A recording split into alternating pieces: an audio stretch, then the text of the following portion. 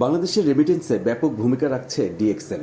Direct selling business পদ্ধতির কল্যাণে মধ্যপ্রাচ্যের কম আয়ের বাংলাদেশিরা এর থেকে আয় করে দেশের রেমিটেন্সকে সমৃদ্ধ করছে।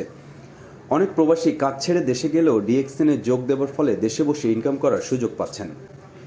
বাংলাদেশের মহান শহীদ দিবস ও আন্তর্জাতিক মাতৃভাষা দিবস উপলক্ষে ডিএক্সএনের বাংলাদেশি গ্রাহকদের মিলন মেলায় কথা বলেন বক্তারা।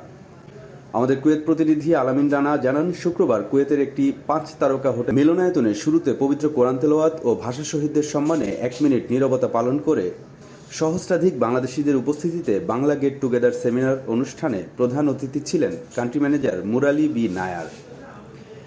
আব্দুল হাকিমের সভাপতিত্বে মোতালেব হোসেনের পরিচালনায় অনুষ্ঠানে বিশেষ অতিথির বক্তব্য রাখেন সাইফুল ইসলাম আনার, মোহাম্মদ রফিকুল ইসলাম, জাহাঙ্গীর আলম, সুহেল রানা, কামাল হোসেন, ইমরান আদনান, বাইজিদ মুস্তানি সহ আরও অনেকে।